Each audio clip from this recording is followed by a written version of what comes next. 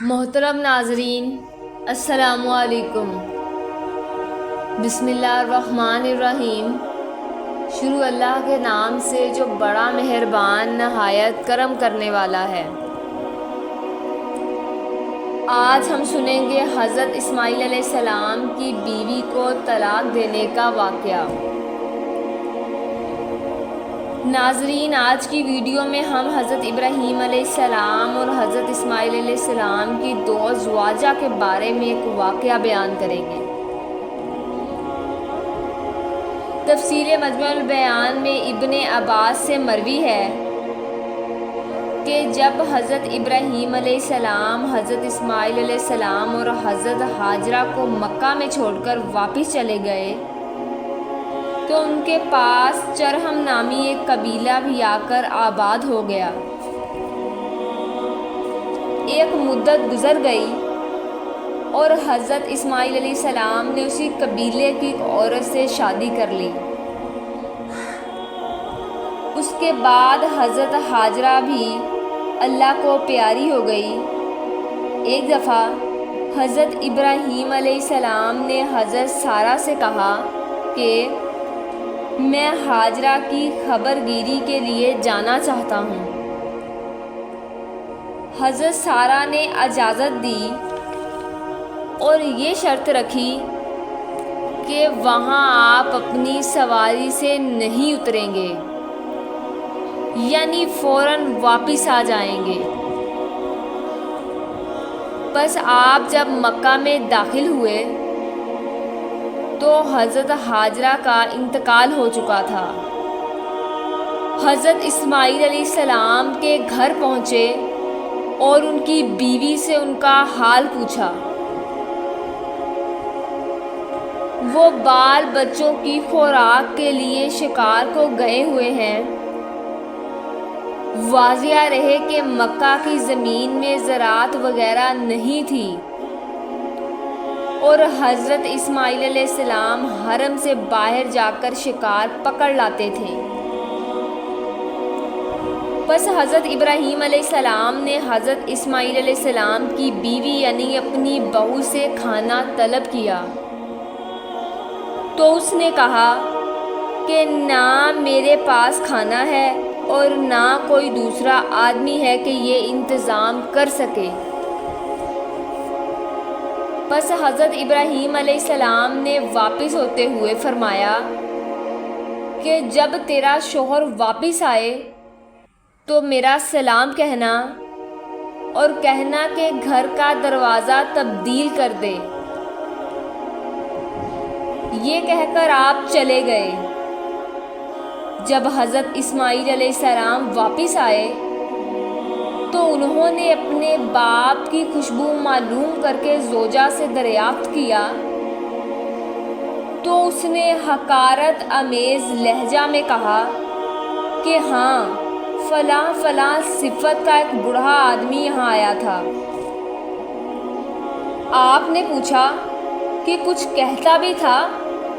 عورت نے جواب دیا کہ ہاں، وہ کہتا تھا کہ اپنے شوہر کو میرا سلام دے کر کہنا کہ وہ اپنے گھر کے دروازے کو تبدیل کرے۔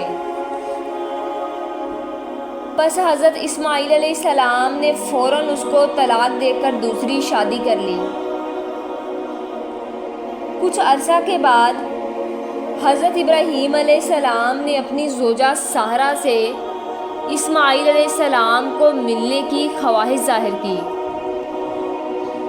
تو انہوں نے اجازت دی اور پھر وہی شرط لگائی کہ سواری سے آپ نیچے نہیں اتریں گے اور فوراً واپس آ جائیں گے۔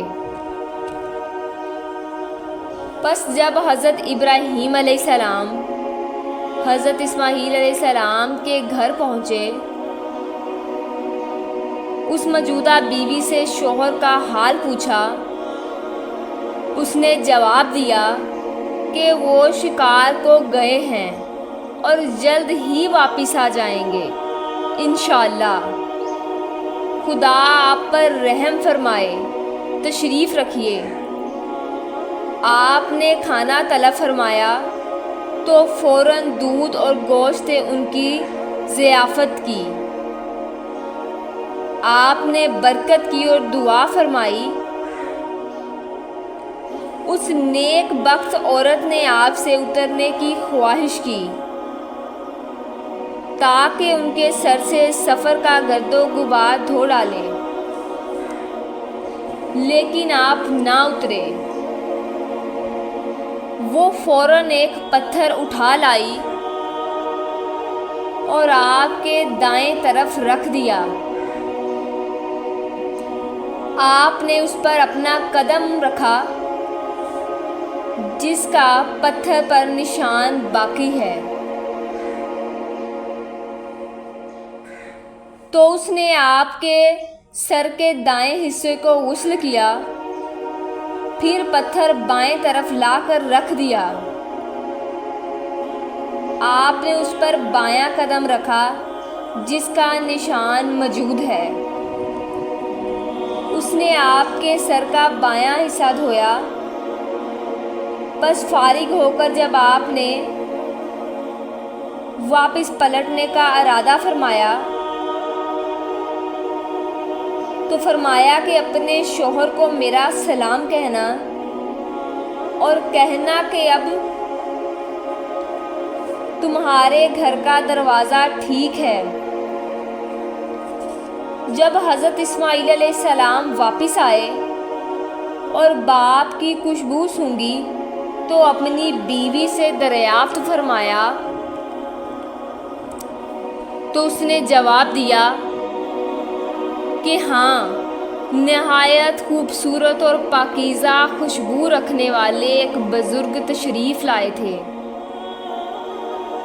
انہوں نے ایسا ایسا فرمایا تھا اور میں نے یہ عرض کیا تھا اور ان کے سر کو غسل بھی دیا تھا۔ چنانچہ اس پتھر پر ان کے قدم کے نشانات باقی ہیں۔ حضرت اسماعیل علیہ السلام نے فرمایا کہ وہ میرے والد حضرت ابراہیم علیہ السلام تھے۔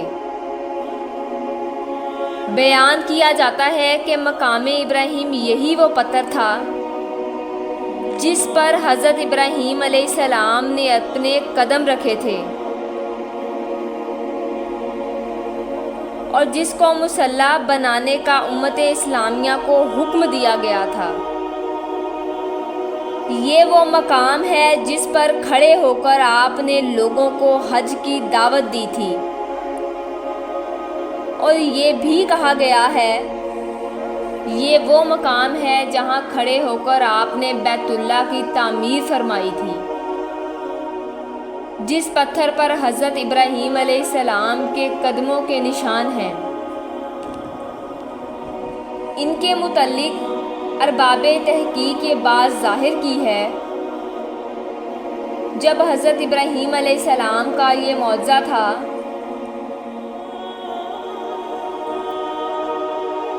کہ ان کے پاؤں کے نیچے پتھر مٹی کی طرح نرم ہو جاتا تھا،